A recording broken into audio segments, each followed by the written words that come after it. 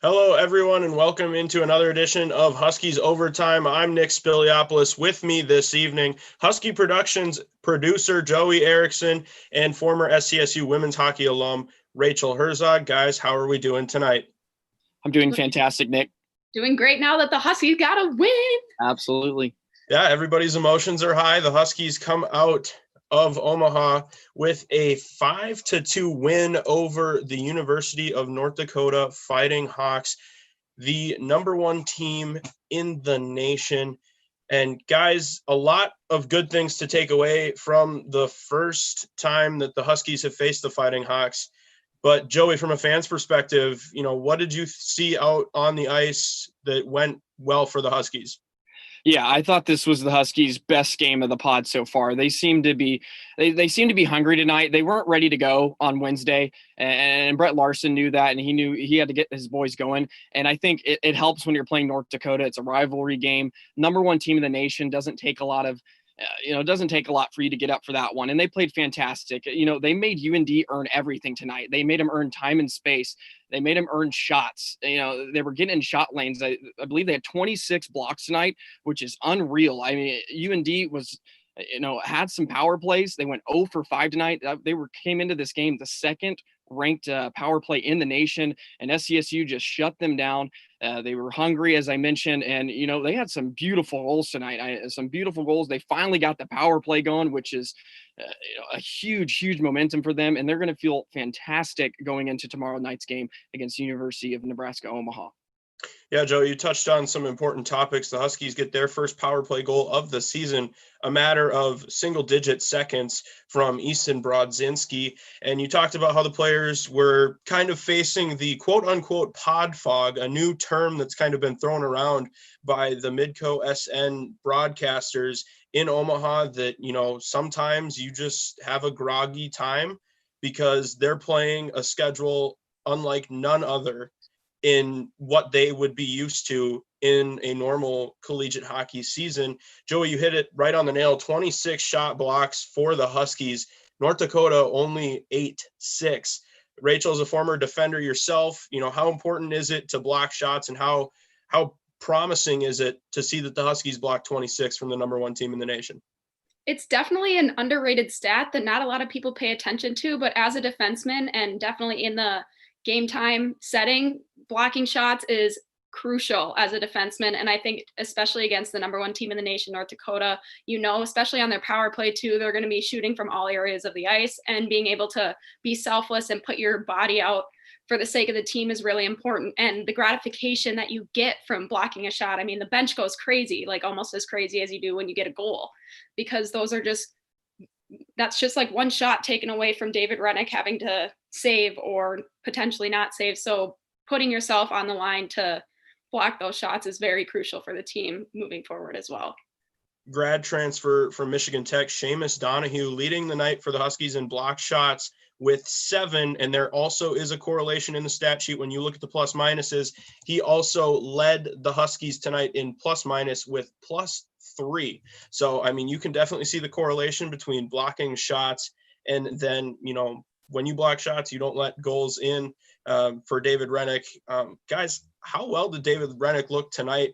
We talked about the Huskies getting power play goals, but they also held the number 2 team in power plays, which, take that with a grain of salt, the only team above them is Ferris State, and they're 100%. So, as the season goes on, Ferris State's power play percentage is going to drop. North Dakota, regardless, 1 or 2, a lethal power play, and the Huskies killed 100% of those penalties tonight. Rachel, when you take that special team factor away from a team like North Dakota, what does it do for you as an opponent? Well, as a player that played a lot on the penalty kill as well, it's almost as rewarding killing off a big penalty kill against a big team that like North Dakota, who would put pucks in the back of the net all the time, all day, every day on the power play. It's almost like a momentum booster going forward into the game, just knowing that you're a man down and being able to withstand a strong power play like that. It pushes your team to do better later in the game as well. And kind of touching back on the blocking shots as well, I'm pretty sure the Huskies had a ton of them on the penalty kill, and you never know what awkward bounces you're going to get off a block shot too. So that kind of bounces back from blocking a shot to moving momentum the other way into the offensive zone as well. And Joey, we've seen it all pretty early for the Huskies. Coach Larson has a pretty nice line with Easton Brodzinski and the two Finnish Huskies, VT Miettinen and Jami Krannila. They had 4 points tonight on that line alone. What's impressed you as a fan about this line? Yeah, they have such young guys, and I love Finnish players. As a Dallas guy, big Dallas Stars guy, they have tons of Finnish talent. I just love the way Finns play. First of all, they're two-way players. Their defensive zone is so good. They're always in and around pucks, and they're unselfish. They love to set their own guys up, and that's what VT Miettinen and Krannila do so well. And a couple of pretty goals tonight. And when you have Brodzinski that just wants to sit there and just one time it and pepper the goaltender all night, I mean, it can't be a better fit for those two. I was a little shook by the line combination with them three at the beginning of the year, and the next thing you know, they are just putting points up, over and over again. It's been fantastic. And a line that really stuck out to me tonight was that top line. I know Brett Larson doesn't like to call it a 1-4 lineup, but that top line with Henches and you had Okabe and Fitzy was really good as well tonight. They added a couple of points. But yeah, that young lineup with Krannila and Miettinen is and Brodzinski is fantastic. I agree with you, Joey. It doesn't, Coach Larson doesn't like to call it a 1-4 line, and it certainly rings true. It isn't that the first line is better than the second, and so on and so forth. And that can be said about all four lines, even the extra skater. Rachel, we saw Andre Trebo make his return to the ice.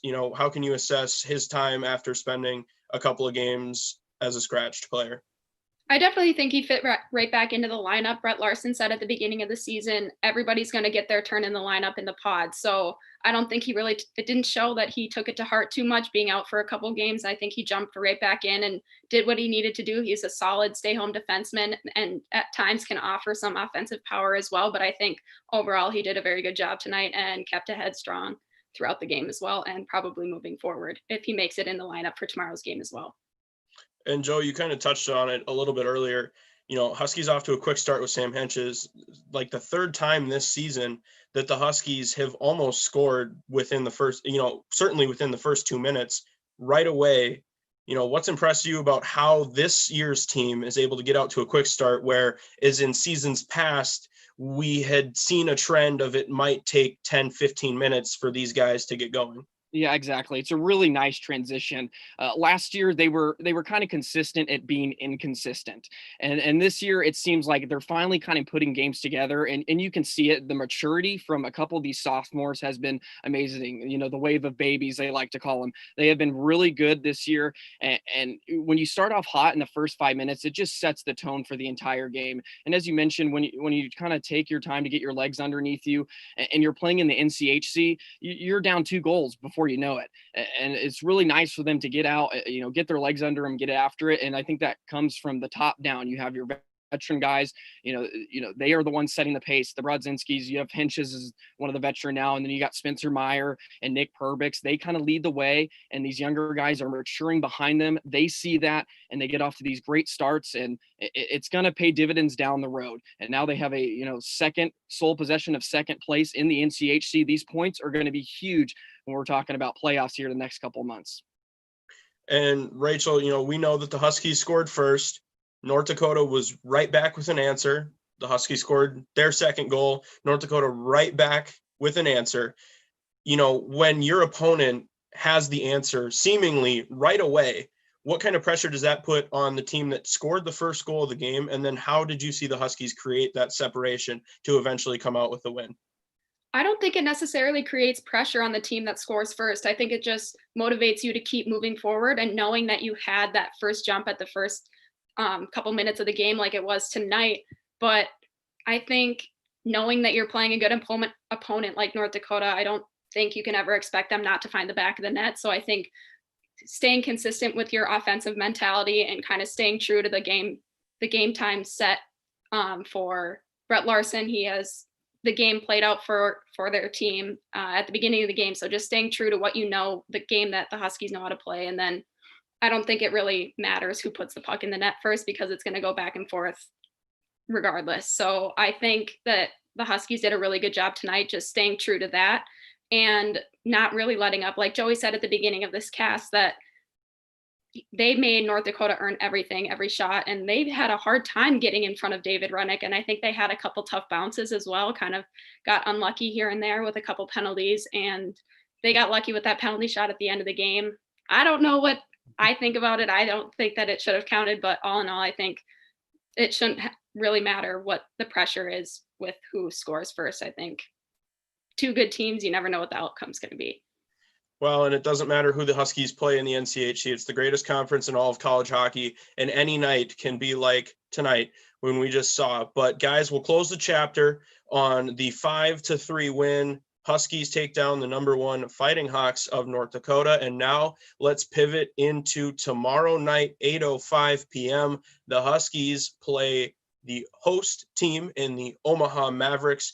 And you know that Omaha will be rearing up for some revenge as Huskies beat them in their first matchup of the season 5-3. So, Rachel, I ask you first, you say you drop the first game to an opponent, you know, how much fire is in the hearts and in the minds of these players that are trying to come out and tie it up 1-1 on the season like the Mavericks will be looking to do tomorrow night? Well, I think the Mavericks have had a really good run in the pod at the beginning anyway. I think they're really making a name for themselves as they've kind of been on the lower half of the NCHC standings in the past couple of years. So I definitely think that they're making a name for themselves now. But yeah, there's definitely a fire under your butt when you're playing a team that you just lost 4-3 against. I think they know that they were right in it, and they had a couple. Did they play today? I'm not 100% sure, or if they play tonight, but I definitely think if they had a couple days rest, they know what they're going to go for going into tomorrow's game. And I think that just having that initial energy at the puck drop tomorrow, I think is something that the Huskies definitely need to be ready for. Yeah, the Mavericks are just over an hour away from puck drop as they will be taking on the Miami Redhawks.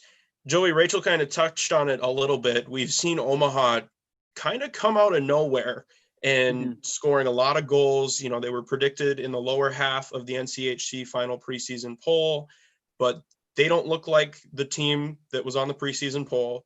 What has impressed you about the Mavericks this season? Yeah, I think their defensive zone is really good. They like to get out and play fast, kind of like SCSU. Not as much. They're a little bit more of a cycle team. They like to grind it out a little bit. But yeah, Omaha's, you know, they've been comfortable, and I'm sure it helps playing in your own arena. You know, you're the host team. You get to go to your nice, you know, your bed. You're not staying at the hotels, and but they've been playing very well. You know, that game for SCSU was really good. They seemed to be, you know, they were hungry in that one as well. You know, they got pucks to the net. That big second period is what really lifted them. They were down heading into the second. Then they ended up putting up 3. That helped them get that win. And we saw the way when opponents face the Huskies again. It's only happened once this pod, but against Western Michigan and St. Cloud, you know, just didn't have it that night on Wednesday night. You know, they had a touch of fortune in that first game against Western Michigan. Their goaltender went out, but then they faced them on Wednesday night and they weren't ready to go. You know, when a team gets another chance to face you, especially after you beat them, they're looking for a little bit of revenge. So we'll see how that goes. It'll be interesting who the goaltending matchup's going to be, especially on a back-to-back. Renick had a fantastic night tonight, but that's going to be another, I think, really close scoring game. Omaha and St. Cloud put a lot of similarities, and Omaha's trying to turn some heads during this pod play. You look at last season for the Huskies, the first time they played the Omaha Mavericks was actually December 13th and 14th of 2019. So almost a year ago to the date. The Huskies won Friday night, but then lost in overtime to the Mavericks. So we know that this team will be able to come and push and test the Huskies. But I think from what we saw tonight against the Fighting Hawks, the Huskies showed that they can bend, but they did not break to the power that the Fighting Hawks have. Rachel, Isaiah Seville is making a name for himself in the NCHC as one of the top goaltenders. You know, what's it going to take for the Huskies to put more pucks behind Seville when you know that Omaha is also showing a powerful offense? Omaha definitely has a powerful offense. Like Joey kind of touched on, they are very aggressive in their forecheck for sure, and they have a lot of similarities to the Huskies, but I definitely think with the starts that the Huskies have had in the past couple games, negating Wednesday night's game, I think just making sure you have that hot start, those first 2 minutes of the game are very crucial and seem to be going really well for the Huskies. So I think staying consistent with that, but also just being forceful with your forecheck, 1-2 forecheck right away, getting pucks below the goal line, make the defensemen turn their feet, and just trying to catch them off guard, take shots from literally anywhere. Because like we've seen in games past for the Huskies, if you throw it on net, you never know what you're going to get. So just kind of taking all the chances that you can, try not to make the perfect play, because a lot of the times in the NCHC, you don't get those opportunities because every team that you're going to play every night is going to be contesting to win. So I think just being forceful with your forecheck, staying consistent with what you've been doing the past couple of games, and I think they should have no problem. Tomorrow night should be an exciting matchup for the Huskies. Huskies come in ranked 13th and Omaha in at 18th, so a top 20 matchup within the USCHO.com poll. The Huskies are 3-0-0 against ranked opponents this season, and they've played phenomenally inside of Baxter Arena, pushing their record to 11-1 all time in that arena on that sheet of ice. But that'll do it here for tonight's edition of Huskies Overtime. Huskies again get the win against the number 1 team in the nation, 5-3. And to see this again and any other great content, check out the YouTube page and SCSUHuskies.com for all of your Huskies athletics information. For Joey Erickson, Rachel Herzog, I'm Nick Spiliopoulos. Have a good night.